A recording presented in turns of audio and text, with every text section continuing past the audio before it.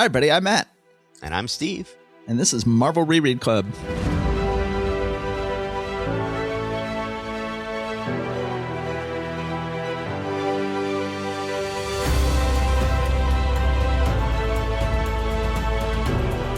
So, how you doing, Matt? I'm doing okay. Still dealing with computer problems. Not only am I still dealing with having lost my photos library, but now I'm dealing with the whole computer seems to be dying, and that's a bummer. And I need to get all the Oscar movies watched so I can do my year-end write-up for my blog, secretsofstory.com. And I'm trying to take care of everything. We did make it out to see Marty Supreme, which we really enjoyed. And we made it out to see Stereophonic when it came to Broadway in Chicago, and that was excellent. Oh, nice. Alexa and I saw that on Broadway in its first week on Broadway. Wow. How did you like the show? I liked it a lot. It was poorly staged in that the set was too deep for where we were sitting, so we couldn't see the heads of the actors for part of the time. But it's an excellent show. It was really well written and well performed. It had great music. It was a lot of fun. Yeah. Now, it was very suspiciously similar to the memoir of the producer of Rumors. Yes. And as somebody pointed out, they did get sued, and I don't know what the current state of that lawsuit is, but they would have been in a better legal position if they had not changed the names and they had said, yes, this is the story of the recording of Rumors, and they would have had stronger legal protections than by doing, oh, this isn't Rumors at all, which is less protected because, you can't really copyright a true story, but you can sue for violation of life rights. So it's right. Anyway, so we'll see what happens with that. Yes.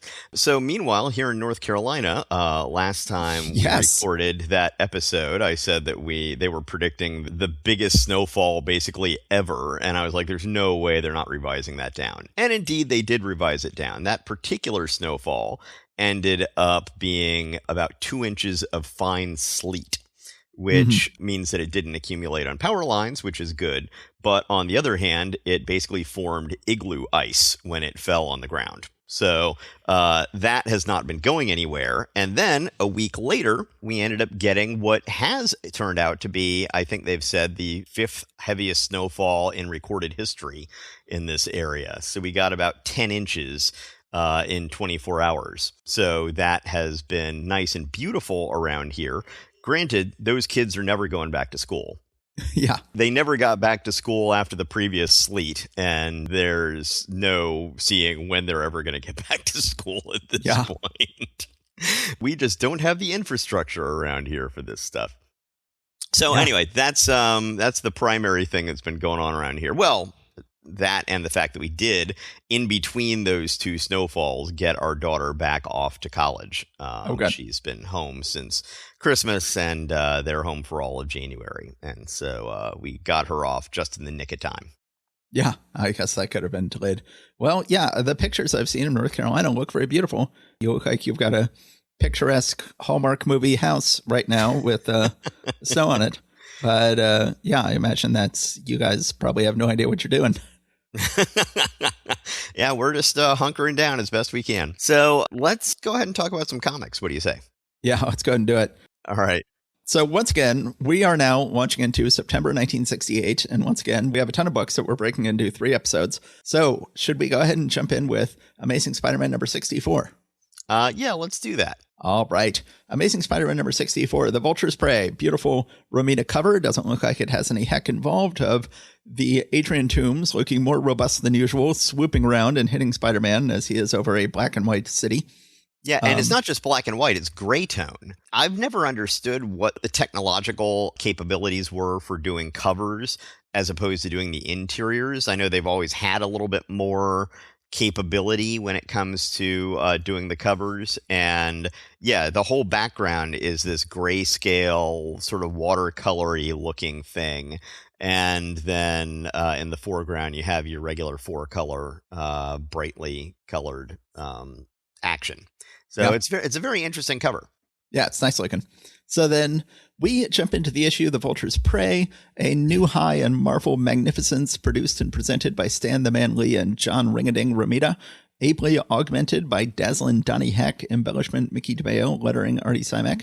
I think, is this our last Heck issue? This may be. And I point out every issue that you can barely see the heck, and indeed I'll say that again here, as it looks, this beautiful splash page looks like pure Romita, with Spider-Man with an injured arm and feeling dizzy, as you can always tell by the little exploding lines around his head, as he has the shadow of the Vulture falling on him. So this entire issue is just one big rooftop fight between the Vulture, again, who should not be strong enough or hardy enough to do this, considering how old and frail he is sometimes pictured as being.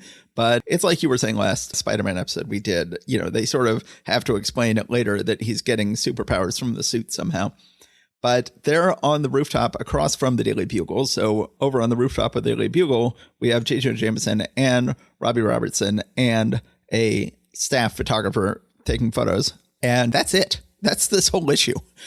It's an entire 20-page issue of the Vulture flying around, whapping on Spider-Man, who, at least because he has the injured arm and he's dizzy, it's a little more believable that he would be losing this fight. At one point, JJJ tries to, I think I want to say with strain again. Why do I keep saying with strain?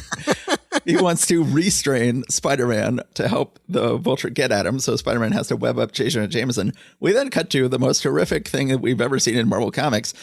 Mary Jane with a perm. Yeah, no. Bad. Thumbs down. Aunt May says, "Oh, it's Mary Jane. I didn't recognize you for a moment, dear." And Mary Jane says, "It's my Ginchy new hairdo, Mrs. Parker." Ginchy, Ginchy. So she's got a perm here. She looks awful. And this is because also her hair's less, right? Her hair's more brownish. She really looks nothing like Mary Jane. Yeah. And meanwhile, Gwen Stacy finds out from her father that more of his memory has come back, and he's now realizes that Peter did nothing wrong, which Gwen is very happy to hear. Then Peter didn't betray us. He didn't. So she's all ready to make up with Peter. Meanwhile, once again, this whole fight is just going and going and going. And then finally, Spider-Man realizes he can reach behind Adrian Toomes. Again, I said before, it's never quite clear whether Adrian Toomes is himself hunchbacked or whether he just has a big power pack built into his back. Here, they make it clear that he has a power pack, and Spider-Man reaches up with his good arm and disables it so that Adrian Toomes just has time to fly away before he runs out of power, and leaving Spider-Man unconscious on the ground. And then the whole crowd is like, Spider-Man thinks, I'll be at the mercy of the crowd. And the crowd is saying, he's unconscious. This is our chance to unmask him at last. This is next issue of The Man Beneath the Mask. So that's it. It's a quick summary because not a lot happens in this issue. But I think this is a really excellent issue. Despite being underplotted, to put it mildly, it is a lot of fun. It's a lot of fun seeing Spider-Man fight the Vulture. Romita just does a gorgeous job on these rooftops. He does a great job with cities. Not quite as good as Ditko did, but still doing a great job. And most of the cast ends up getting involved in the action a little bit, or we cut away to them. It's a fairly delightful issue. What do you think, Steve? Yeah, I mean, it's all action all the time issue. Lots of fun. I do like the fact that Gwen Stacy has now been disabused of the notion that Peter Parker was abusing her father. So that's a good development. Yeah, I do think that the whole idea that Spider-Man was injured and off balance and had all sorts of problems going on does make it a little bit more believable that Adrian Toomes had a chance against him. And they're able to make that come across as relatively believable, even if you don't know that they are later going to retroactively say that the Vulture has superpowers. Yes. Yeah. But you can guess here, because surely he must. But yes. It's yeah. But no, I just thought it was excellent. Good example of how in the Marvel comics, the whole crowd is just always wanting to turn on the heroes at any time. How you've got this whole crowd that's watched this battle and then are instantly like, oh, it's Spider-Man, let's get him. And it's like, which actually, I guess, is a way in which one of the greatest superhero movies of all time, the second Tobey Maguire Spider-Man movie, got the world wrong in some ways. And that, when he is knocked unconscious there, the crowd is very loving, basically. I think that was sort of a post 9/11 thing. I think that was sort of a, like New York now has learned to honor its heroes type thing. Yeah, that would make sense. I can see that. Yeah. All right. Okay. So let's go ahead and move on to Daredevil, the Man Without Fear. Murderer. Now, we've got a new logo, oddly enough. which I do not like. Yeah, no, it doesn't work for me. And I don't know whether part of that's just because the logo that I grew up with is very similar to the logo we've had up until this point, or how much of it is just that I actually just don't like the logo. As an English major, I just don't like it when you have to break up a word and hyphenate it when it's not supposed to be hyphenated. And so they're writing dare and devil in such big letters that it's dare-devil. I just think that that's poor typography. Yes, leaves a bit to be desired. So on the cover, we see that he is going to be in conflict with the Jester. Daredevil is swooping down on his billy club wire. But once again, I just really wish that Colin would put a little bit more thought into the direction and curve of his action lines when Daredevil is swooping. These action lines are going in a direction that really just takes me right out. All right, so... Okay, so I should say, before we jump into this issue, I have a theory. Okay. I don't think Coletta inked this issue. Okay. It looks entirely like it did when Dan Atkins inked this issue. So we should go ahead and do the credits. Yeah. Story, Smilin' Stan Lee. Illustration, Genial Gene Cohen. Embellishment, Valiant Vince Coletta. Lettering, Adorable Artie Simek. Applauding, Irascible Irving Forbush. So we've done this in the past where we're like, I'm not sure Coletta actually inked this, basically because it's good. But it really does not look like Coletta in this issue. I am not seeing a single Coletta line. If I look at every single line one by one, not a single one looks like a Coletta line, and they all look like Atkins lines. This looks like Dan Atkins inked this issue. So do you think that this was literally just the letterer screwed up or had been given wrong information, or Coletta basically asked Atkins to ghost for him? Or any of the above? I don't know. Am I crazy? Do you think I'm crazy? No, not entirely. We've got a little bit more of that sort of looking almost like Walt Simonson-ish kind of look through this issue that we noticed then. It's not something that had occurred to me, but I can see where you're getting at. Okay. Well, anyway, let's jump into the issue. But this is my crazy theory.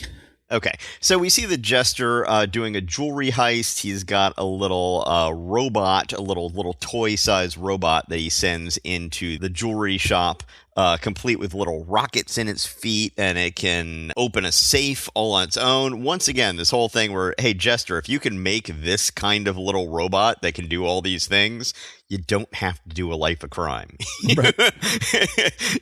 You could make a lot of money with this. Well, as they're about to make clear that his life of crime is very much a bizarre, I want to say neurosis, but that's not what we're looking for. Psychosis, something like that. And once again, he is very much like a Batman villain. Yeah. In that he just is a little bit loopy, and rather than being a sane person who commits crimes for his money, he's got a bit of a strange edge to him. So anyway, yes, as the jewelry heist is going off, the cops come up and the Jester gets away but leaves the jewels behind. And the cop is like, what kind of crazy guy is this? He's going through all this, and then anyway. Well, I should say he leaves the jewels behind because in order to get away from the cop, he has to sort of throw the case with the jewels at the cop, and that stops him. But so there is a little bit of a reason for leaving the jewels behind, but not enough of one. And the cop's like, why did that occur to him as a way to get away from me? Right. Wasn't there a better way, dude? Wasn't there a better way to stop me from catching you? But this is sort of the indication that the Jester is more than a little nuts. Yes. So, also, another thing the Jester is thinking of that might be a little bit nuts is he's like, well, you know what? Someone might be able to trace my crimes back to my alter ego at one of these days. So I have a plan. I'm going to make everyone think that Daredevil murdered my alter ego. And that's what this whole issue is about. So Daredevil, who is still really regretting pushing Karen away and seems to be just absolutely distraught about it, swinging around. That's where he is right now. But then meanwhile, the Jester's alter ego goes to the police and says, hey, I'm going to unmask Daredevil. I'm going to say what his alter ego is, but I'm going to do it in the center of the George Washington Bridge at midnight. Yes. The center of the George Washington Bridge is a really odd Like, where would the center even, like, which, the northbound or the southbound lane? Or eastbound or westbound or whatever it would be. It's really imprecise here. And the cops were like, oh, okay, well, I guess that makes sense. Or maybe not make sense, but okay, fine. And some press hear about this and they head off. And so there's a whole thing. Now, I should say that page 7 in the original comic is extremely poorly printed and has big white spots all over it that make it almost impossible to read. Has that been fixed in your version? I guess so, because I don't know what you're talking about. Yeah. So, yeah. Now, and this whole issue is really kind of off kilter. Now, I know that yes, that Colin is never one for very many gridded out panels in a in a Ditko-esque sort of way, but this one is really strange with the panel layouts on every page except for the page in the Nelson and Murdoch office. That's the only page where you get anything with straight panel borders at all. Or not straight, but vertical and horizontal panel borders at all. Everything else is just at these weird cockeyed angles. Yes. Speaking of weird, page 8, panel 2, Matt Murdock is holding on to a signed photo of Karen in a frame. Yes, which we've seen before. Yeah, even Daredevil, with all of his extra sensory senses, can't see a signed photo in a frame. Like, right. Even now, if it weren't behind glass, then maybe he could feel it. He could feel where she had signed "All My Love, Karen," presumably, but he couldn't feel a photograph of her face. Like, no. They've made it clear in other Daredevil issues over the years that photographs are the one thing that completely flummoxes him. Yes. So anyway, Daredevil heads out to see what's up with this guy saying he's going to reveal Daredevil's secret identity.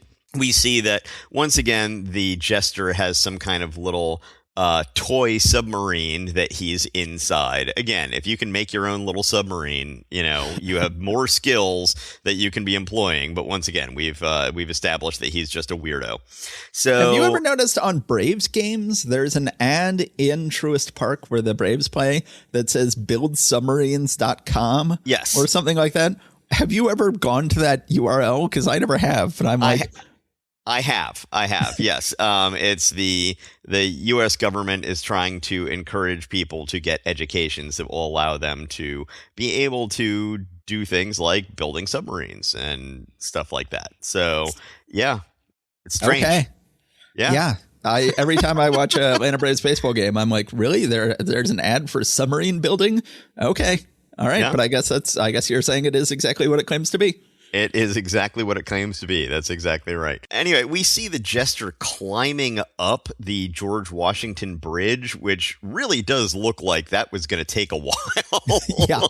But they just sort of show one panel of him doing it and then assume that he's up there. So Daredevil is swinging around on the bridge, hears help, ends up coming in contact with the Jester's alter ego, whose name is escaping me right now, and gets into a fist fight together. And the Jester is just trying to postpone the fight, trying to prolong the fight, I should say, until the reporters can show up, at which point he then says, "No, Daredevil's trying to kill me," and basically jumps off the bridge. It's just me here on page 15, panel 2, where he's falling off the bridge. Does that look kind of like a Jack Davis drawing? Yeah, it does. Yeah. There's a fair amount of that in this issue that feels a little bit kind of Jack Davis-y, which I guess has to do with the Jester and his cockamamie-ness. Yeah.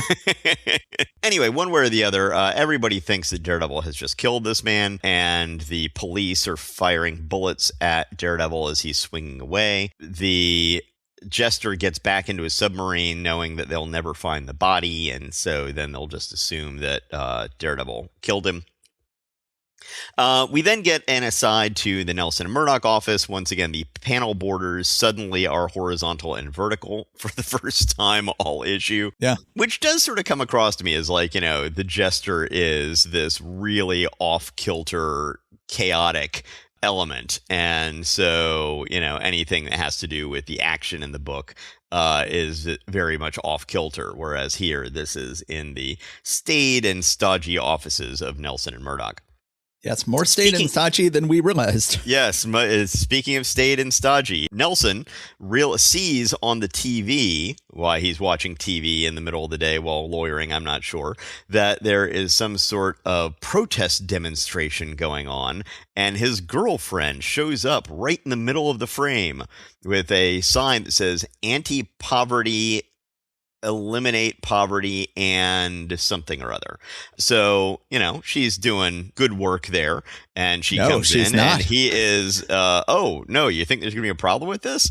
Yes, he is quite upset with her for showing up at a protest march. And they say the protest march is on the mall. So was she supposed to be over in D.C.? When I think of protests on the mall, I think of protests in the District of Columbia. But yeah. Anyway, she's made it home now because here she is at the office. Indeed. Anyway, he's fighting with her about this. She seems to be very nonchalant about this. Like, hey, buddy, it's no big deal. I care about things. He's like, I'm running for DA, damn it. Yes. What are you doing? And Matt Murdock walks in the middle of this, right as Foggy is saying, I love you, blast it. I want to marry you, but... And Matt walks in saying, sorry, partner, you're not my type. Matt, maybe you can drum some sense into her. I sure can't. Matt says, how can you expect her to be sensible? She's a female. Oh, Stan. Yes. But then he says to Foggy, I know how conservative you are, Foggy, but remember this, if Washington were alive today, we'd call him a protester. But it's like, Washington is an interesting choice for all the people who would be called protesters if they were alive today. But I mean, we've never heard of Foggy described as conservative before. We didn't realize he was running for office on that side of the issues.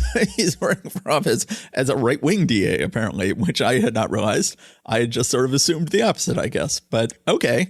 Yeah, well, I mean, I guess conservative and right wing didn't necessarily 100% map on top of each other at the time. I don't know, but one way or the other, he is very stodgy, as we shall say.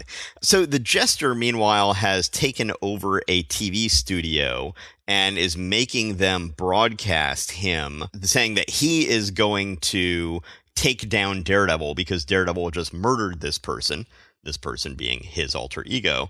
And he's going to prove to everyone that the Jester, is the good guy by taking down Daredevil.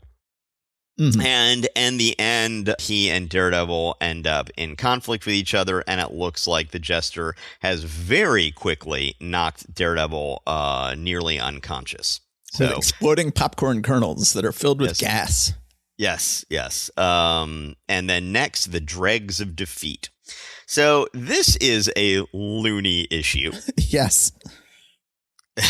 Yes. That's about what I have to say about it beyond what I've already said. How about you? The loony panel borders are enough to establish that this is a loony issue. It's really, really the most exciting panel borders we've had in the history of Marvel Comics up to this point. This is Colin, and I don't know if Lee had anything to do with this, but Colin has at least settled on this conceit that everything is really crazy and jagged in this issue, as exemplified by the panel borders.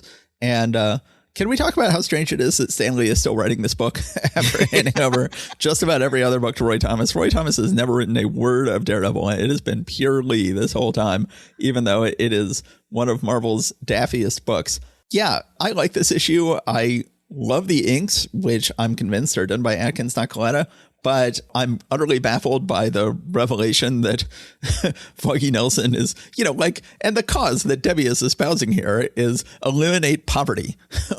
That's, right. And with my tax money? Presumably her sign continues on the back because it says eliminate poverty and then the sign ends. So I guess she's then going to flip the sign over and let you continue to read. But this is a shocking, bizarre development. But I enjoyed this issue, I got to say. It's, the Jester is a bizarre villain. And yes, he should be called the Toy Man or something like that. He's got all of his focus on toys isn't really something that I associate with Jesters. But I still kind of like his look, and the plot of framing Daredevil for this murder is, perfectly fine. That's a perfectly fine comic book plot. Yep. But once again, the Jester clearly seems to me should be in a DC comic. But but he's a fun visitor here in the Marvel Universe. Mm-hmm. Let me read through my notes. Yeah, I say he's going to crack down on eliminate poverty protesters. Send in some cops to bust some heads there. I end by saying crazy issue, but fun. Like the panel borders, fun story, great inking that must be Atkins. And then I end with pointing out that there is a long Mark Grunwald letter at the end. Oh, wow. Okay. Nice. In Oshkosh, Wisconsin. Okay. So, all right. Should we go ahead and move on to what were we going to do next? I think we were doing Thor next. All right, let's go and do Thor number 156. We again have the rare Marvel silent cover with no text on it. Now, this is clearly inked by Coletta. Like, to me, it's so immediately obvious when something is inked by Coletta. But that's not to say it's awful. It's still a nice cover. It's Thor and his entire supporting cast of heroes are all by the Odin sword. Now, this is still not clear to me if the Odin sword is actually from mythology or if Marvel made it up. But in Marvel Comics, at least, there's this huge, massive sword where the butt of the sword is taller than an elephant's eye. And if it's ever drawn, then that'll trigger Ragnarok. So here they are all protecting the butt of the sword. We've got Thor, Fandral, Hogan, Volstagg, Sif, Balder, and one of the recorders from Rigel, who has shown up. We'll see him show up in the issue. So we open, and the title is one of their favorite titles, various versions of this title they've done a million times, The Hammer and the Holocaust. Now, again, that word is triggering these days. We don't associate that word as something that is used to describe anything other than what happened in Germany in the 1930s and 40s. But they love that word here at Marvel Comics, and they use it to describe all kinds of crazy stuff. But so then we have Stan the Man Lee and Jack King Kirby have created Yon Epic Entertainment just for thee, embellished by Vince Coletta, lettered by Sam Rosen, very clearly inked by Coletta. You've got a million little hatchy lines here on the first page, but it's still okay. We have another all-battle issue, sort of like Spider-Man, the last issue I described. Here we have an entire 20-page knockdown, drag-out fight between Thor and Mangog, or Manyog, or the various ways we've been trying to pronounce it. So then they are just wailing on each other for several pages. I saw you pointed out online that page 3 kind of looks like Walt Simonson with the way Thor and Coletta are interacting. Well, it's primarily Thor's figure. Looks very much like Simonson. And as a matter of fact, I can even kind of see how Coletta's inking might have informed some of Simonson's inking in this panel, which I'd never really seen before. But before we go much further, I want to point out on page 2, Mangog says to Thor, thine immortal father, cursed be his name, hath annihilated the race from which I spring. 1,000,000 worlds, 1,000,000,000,000 beings, gone, all gone. And that's upsetting. Yeah. Now, granted, they make it clear that Mangog's people were themselves genocidal. Thor responds, though thy words be true, their essence is false. They who were slain had themselves brought death to 1,000 galaxies. They dared attack hell at Asgard itself, and had we fallen, the cosmos entire would have been no more. Thus my father did but end a living cancer. So he's admitting this is true, which is just horrific. But he's saying, like, look, man, it had to happen. You know, you brought it on yourself. Billion people had brought it on themselves. I did a little Googling, and that is equal to 1 quintillion. Yes. But yeah, it's one of those things where it's like, I didn't want to post about this online because then I was going to, but then there's some nuance to the. Well, I don't know. You don't even want to say there's nuance to should Odin have committed genocide. You know? But at the same time, if all the people he was taking care of were themselves committing genocide, then I just didn't want to get into that in an online post. So I saved it for now. I don't like it. Now, it's very similar to the third Thor movie, to Thor Ragnarok. Sort of gets into this of sort of horrific things Odin has done in the past. And they have Hela as Thor's sister, who reveals to him all these hidden murals in Asgard that were celebrating this past that has now been sort of covered up. But this is fascinating. So then they are fighting for several more pages. The Warriors 3 have been trapped under a rock this whole time, and it's only when Mangog sort of defeats Thor, I guess Thor is now also trapped under a different rock, that the Warriors 3 taunt Mangog into freeing them, and then they fight him for several pages, and they're sort of still engaged in their humorous banter while they're in a very high-stakes situation, which is a little incongruous.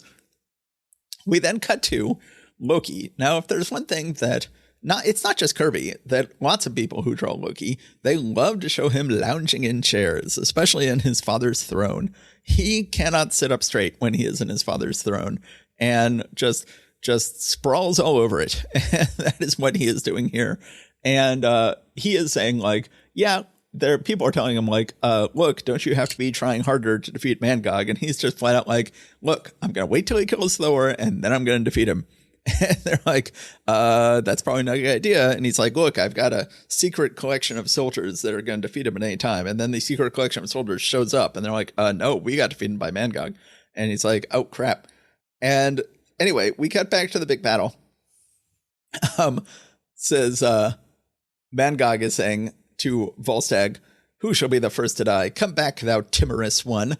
And Volstagg responds, Volstagg, timorous, I with the heart of a lion, thou hast mocked me. Thus I take my leave. And he starts. I love that.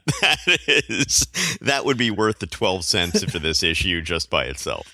I have always said that Volstagg is maybe my favorite Stan Lee creation. He's one of my all-time favorite Marvel characters, and I think that Stan Lee had more fun writing Volstagg's dialogue than he had writing anyone else's dialogue. And and once again, Roy Thomas has never touched a word of this book. This is Lee's book. Lee loves this book. And he did hand off the writing for a little bit to, was it Larry? Yes, Larry. Well, the very first issue was scripted by Larry. The Journey into Mystery 83, the first appearance of Thor, is scripted by Larry, which is why whenever he appears in MCU movies, it always says Thor created by Stan Lee, Larry Lieber, and Jack Kirby. So yes, in the first year, Larry Lieber wrote a lot of issues, but since then it's been all Lee. Yes. So meanwhile, back in Asgard, at the Rainbow Bridge, the Recorder shows up and interacts with Heimdall or Heimdall. I've never been sure how to pronounce that. And Heimdall's like, oh yeah, Thor was telling me all about you. I'll let you in. That's no problem. So then the Recorder ends up teaming up with Sif, of all people, to protect the Odin Sword. And meanwhile, we see Balder still fighting the Lost Legion in Nordheim. And we see Thor getting involved in a really impressive, massive battle against Mangog that involves creating, a monsoon that he's never, creating a tidal wave to wash away Mangog, something we've never seen him do before. And but then Mangog's back, and that is where the issue ends. Really excellent art on page 20 of similar to the cover, with Sif and the Recorder standing sort of underneath the butt of the huge Odin sword. So then we end with basically where we began. We're still there with Thor and the Warriors 3 up against Mangog, still in this sort of rocky terrain. But so essentially nothing has happened in this issue, but it's still been a hell of a lot of fun. And then it says, and now must come next, the ending. So that's good that we're gonna make more progress next issue. But what do you think of this issue, Steve? I thought it was tons of fun. I loved the Warriors 3 stuff. I find it interesting to have the Recorder just sort of showing back up out of nowhere. Well, I guess he was sort of teased last issue, but it still seems to be completely unconnected from the overall story that's being told. But yeah, I found it fun, lots of fun, and I am looking forward to seeing the finale to this storyline. Yeah, I was checking my notes. One of the problems with the storyline is the same problem with a very similar storyline, which is the Doomsday Death of Superman storyline, where, Doomsday in the Death of Superman was just this big, strong guy from outer space who then lands on Earth and decides to basically make his way to a large city to destroy it.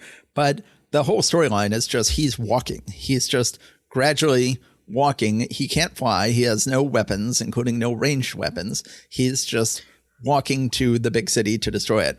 And the good guys get in a huge battle with him, trying to beat him up. But he's so big and strong and powerful that they're having a hard time beating him up on his way walking there. But Kurt Busiek famously poked fun at the Doomsday storyline in Astro City when it's like, oh yeah, there was a big strong guy who was walking to one of our cities. So I picked him up and then threw him into the sun. And ultimately, if you can't fly, you're going to be pretty easy to defeat by someone who can fly. If you can just be picked up and thrown into the sun. There's ways to deal with you. So we have sort of a Doomsday problem here, but it's fine. Yes. All right. So let's move on to X-Men, or should I say the X-Men, featuring Cyclops and Marvel Girl. Yes. What waits within the Hive. And we see Cyclops and Marvel Girl being attacked by a couple of robots that seem to be coming out of this thing with these little robots curled up into balls. And then some of them are coming out and attacking them. Mm-hmm. So, X-Men, the most unusual fighting team of all time. Beware Computo, commander of the robot Hive. And we start out with some cheesecake. Yes. Jean has gotten herself a job as a swimsuit model. Well, let's go ahead and do the credits. Chief Data Processor, Stan Lee. Scriptographer, Arnold Drake. Pencil Pushers, Don Heck and Werner Roth. Pen Pal, John Verpoorten. Letterbug, I. Watanabe. Mm-hmm. So, yes, we have a couple of pages here of just showing Jean in different sorts of swimsuits as she is doing this modeling job. Apparently, she is the hot new product in this modeling agency, it seems. Make of that what you will. Apparently, there's some clumsy people around this photo shoot in that she is having to use her telekinetic abilities to keep disasters from happening. And you would think this would lead to, oh, does this have something to do with the bad guys? Nope, doesn't. It's just somebody's very clumsy around here. The female owner of the modeling agency says, "That's the third near disaster to miss us while you're on the job, Jean. You must be our good luck charm." And then her business partner, a smarmy guy, comes up and says, "And we must show our appreciation." Then he gets in real close to Jean's face and says, "As half owner of Candy's studio, I specialize in repaying favors. Shall we say dinner at 8? And back in these days, that might be considered just sort of what you were to expect if you were a swimsuit model, a teenage swimsuit model. But they very much make it clear here that this is not okay. Scott shows up and starts throwing his weight around a little bit. Although then the other swimsuit models all start coming on to him, at which point Jean sort of jealously grabs him back. Mm-hmm. We then see Computo and, we don't see Computo. He will be revealed at the end of the issue. But we see this robot Hive, and these robots are getting their commands from Computo to go and steal some stuff. We see that Jean and Scott seem to be talking about that whole thing at the modeling agency having been a bit of a, as you referred to the Avengers issue last time, sort of a play, and she says, "I'd say we made a pretty good performance, Scott." And he says, "Right, you've got a perfect cover now. Small town girl with a big job and jealous boyfriend." Then she's like, "Well, what are you going to do for your cover?" And then he somehow has gotten himself a job as a radio news reporter. Now, yes. How he was able to get that job with what expertise and what references, I don't know. It's one thing to just be like, I want to be a swimsuit model. I'm going to walk in here and you're going to see that I look like a swimsuit model. Therefore, I can get the job, right? I can see that.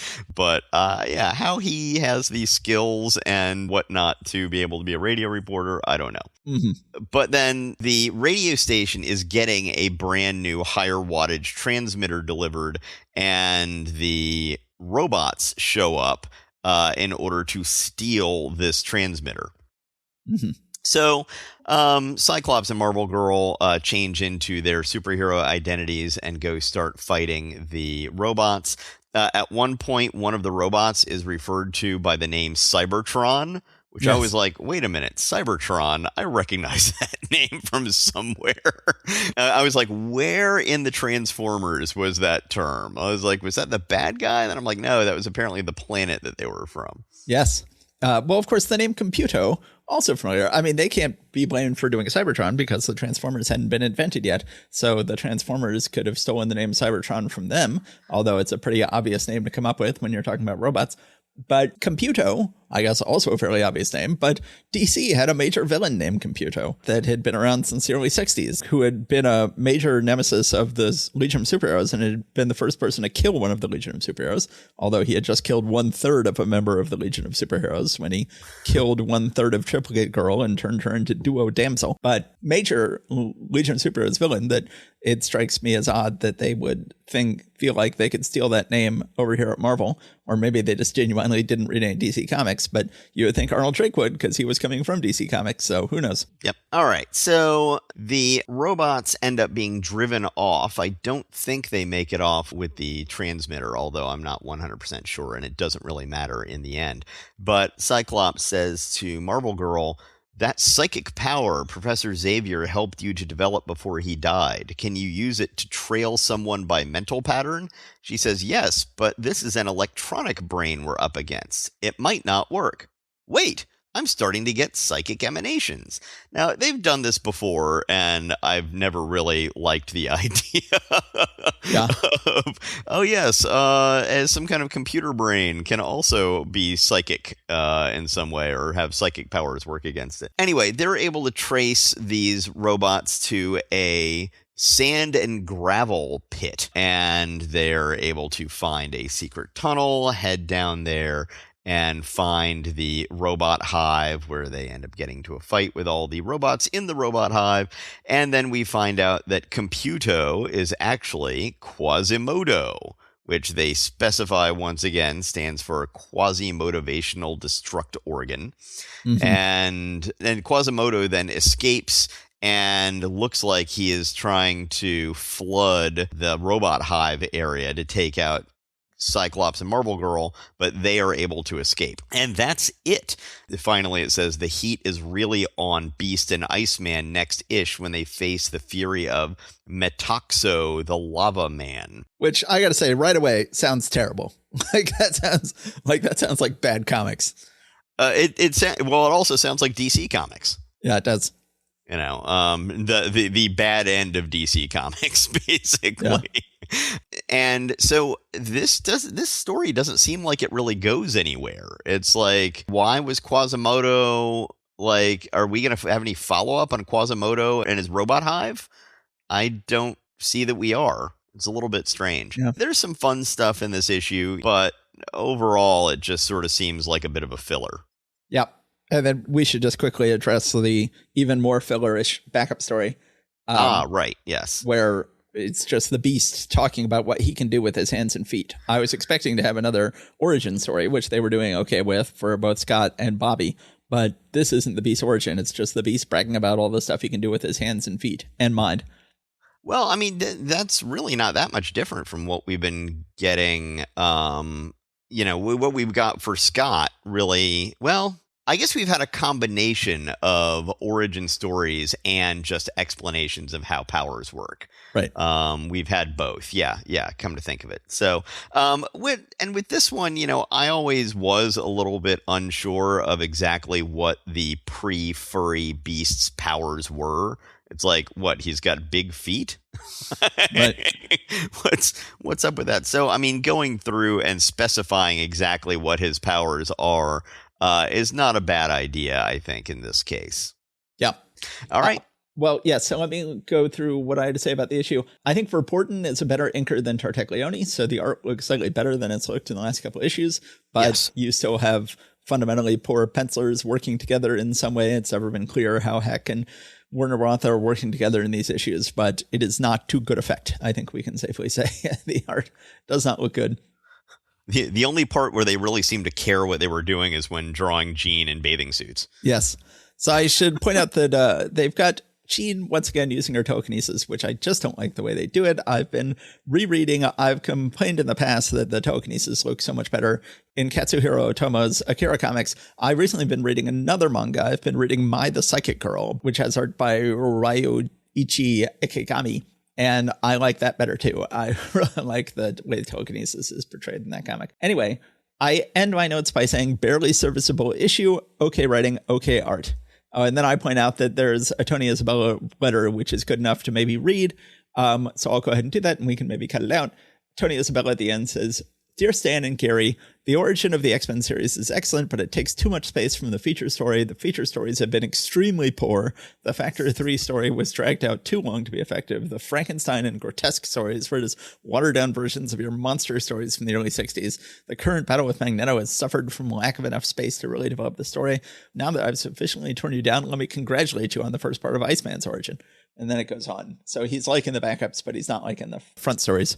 Okay. Yeah. But why he then says that you should concentrate more on the front stories when they're the ones that suck, I don't, I'm not quite sure, but, it's like, yes, this part's good. That part's bad. So you need to concentrate more on the part that's currently bad. Oh, well, he explains at the end, says the origins are great, but there are places in one of your 25-cent reprint mags. Many of your readers, myself included, have most of the stories you reprint, yet buy the mags anyway. Why not give these readers something to read in the reprint mags? So he's suggesting splitting them off, which is not a terrible idea.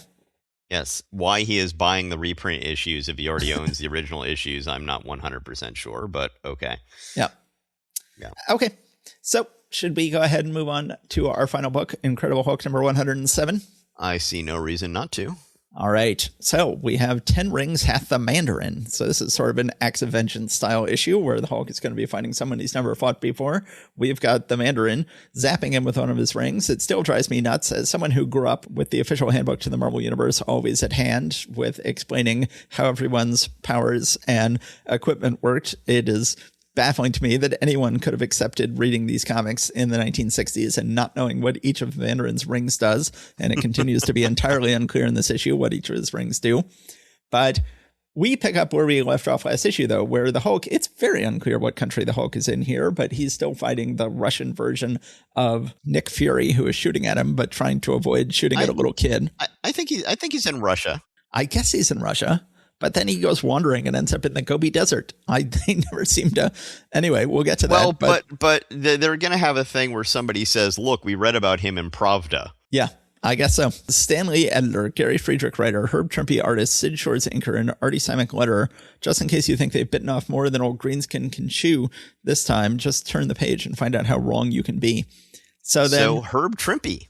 Yes. Yes. I'm sorry. I'm glossing over these credits. So right. Herb Trimpe, we had for a long time, we had Marie Severin as penciler and Herb Trimpe as inker, where he was doing a very good job. Then for the last couple issues, we've had Herb Trimpe stepping in as co-artist. And now, for the first time, we have Herb Trimpe solo credited as penciler with Sid Shores inking, which is fascinating. Sid Shores, who's been inking Kirby over on Captain America. And Gene Colan recently, too. Yes. Herb Trimpe is going to have a long run on this book. He's going to pencil this book for years. Marie Severin is mostly gone. She will still be back in a couple months to handle the annual Marie Fights the Inhumans, and that'll be her farewell to the book. But I will miss Marie Severin. I like Marie Severin. But Herb Trimpe, I think, is generally not quite as good a penciler as Marie Severin, but he's a good penciler. And we're going to have a trade-off of one Severin for another, because starting next issue, Marie Severin will be gone, but her brother John will come back to ink Herb Trimpe.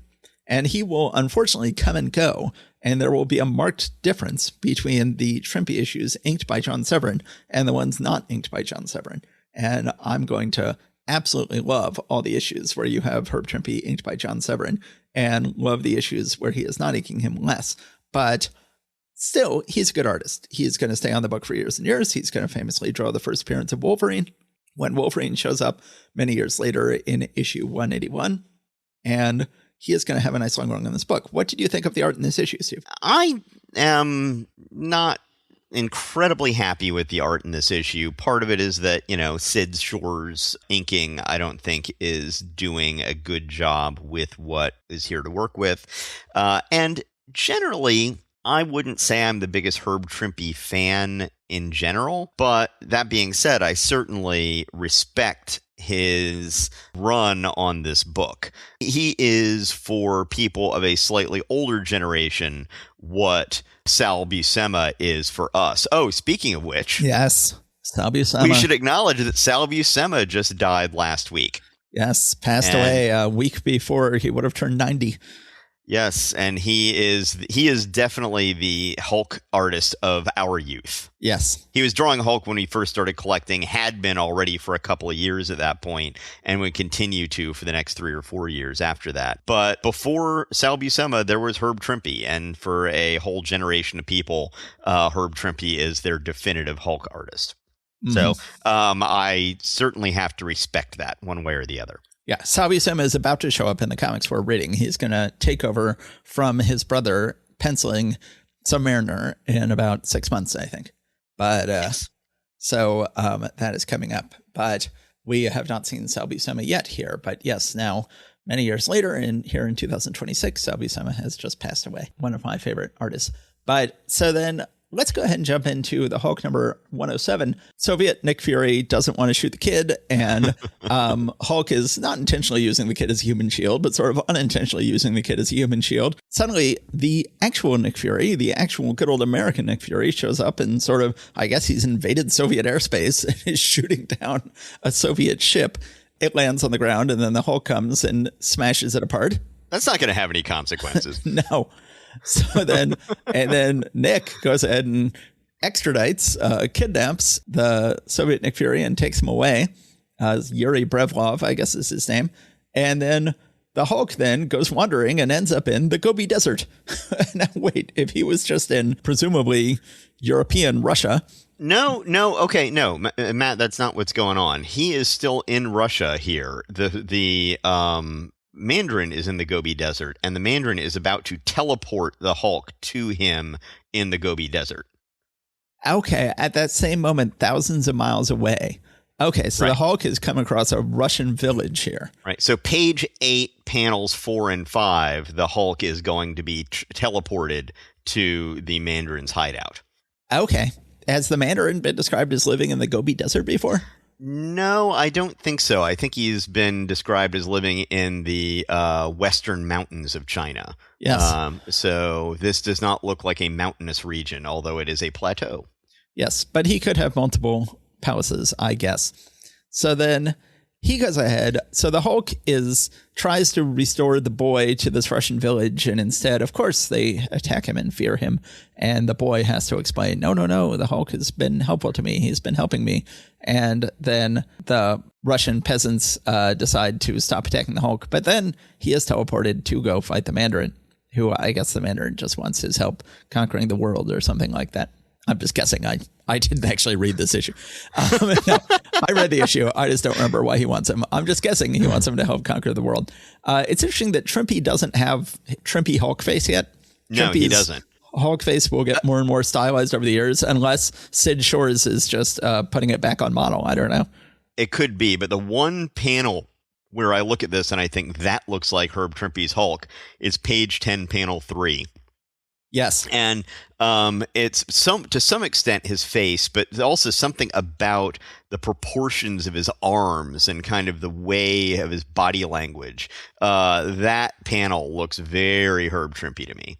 Yes, I think you're right. So then they fight for many pages. The Mandarin is using all sorts of gewgaws and doodads against the Hulk. Then he releases a huge, giant yellow android to try to stop him, which the Hulk then gets to beat up. It's always fun watching the Hulk beat up on robots.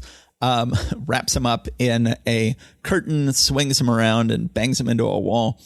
And then... Well, actually shoots him into outer space.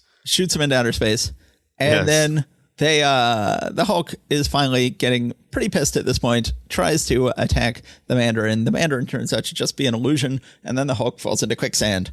Very tarry looking quicksand. For my other podcast, I just rewatched the movie The Brave Little Toaster, which also involves some very tarry quicksand that the heroes fall into. But that's it. The Hulk is sucked down into the bubbles of quicksand and seemingly dies. So, R.I.P. Hulk. No more issues of Hulk coming up. 107 issues and he's done. There's no way he'll ever defeat quicksand. So that is the end of the issue and presumably the end of the series. Or it could be that he'll survive and Herb Trimpe will stay on this book for many more years. Some with, some without John Severin. Are you familiar with the Severin Trimpe art, Steve, or is this going to be a treat for you next issue? I think it's going to be a treat for me. And certainly I loved it when John Severin was finishing Jack Kirby's pencils in Agent of S.H.I.E.L.D. And so I'm looking forward to him finishing Trimpe's pencils here. Yes. So it will be a treat. Okay. So that is it for this issue. Steve, what did you have to say about this issue? Not much that I haven't already said before, except on page 6 on that final panel. This is where the reference to Pravda came from. It says, "It is him, Ivan, or Ivan, the creature we read about in Pravda." And of course, the Hulk just showed up in Russia. So once again, how fast is the newspaper cycle in these things? Even behind the Iron Curtain, apparently they get new editions out really super fast. And they actually talk about, hey, there's this unexplained thing that happened, rather than, oh, no, you don't need to know about this. Let's pay attention to something else. Yeah, that's about all I had to say about it. Yeah, but it sounds like I have a lot of good art to be looking forward to. Yes, I had my notes by saying pretty good issue, awkward job getting people from place to place, fun to see Hulk fight Mandarin, Trimpe Shore's good combo, but Trimpe J. Severin will be even better, but M. Severin will be missed. Is she done with superhero books now, except for the annual? I don't feel like we get to see Marie Severin draw a lot of superheroes after this point. She's gone from Doctor Strange, she's gone from Hulk. After the Hulk annual, I'm trying to remember what other, I guess there are some. Yeah, she shows up occasionally to draw some superhero issues, but I don't think she ever has another regular run on any Marvel books after this. Yeah, I don't know. I know that there was one issue of, I believe it was Iron Man, that Steve Ditko drew in the 80s, where he refused to draw the splash page because it had Iron Man being drunk, and so then they brought in Marie Severin to draw that one splash page at the beginning of the otherwise Ditko issue. So I know we've got little things like that, but I don't know if she really does much in the superhero world again from this point on. Yes, she will be missed. All right, so I guess that is it for this segment of September 1968. I can't think of anything else that I need to say other than our usual goodbyes. Do you have anything, Matt? Nope. I think that's it. I think these were some good books. It's been fun reading them with you, Steve, and with you, America. And the rest of the world. And Don't the rest of the world. Them. Yes. That's right. Yeah, thank you very much, everybody. We always appreciate you giving us your time. We look forward to talking about more comics with you. Please rate and review us as you are able. That always helps us out. And yeah, other than that, all I can say is take care and more than ever, stay safe out there. Yeah, really. Okay. All right, everyone. Goodbye. Take care.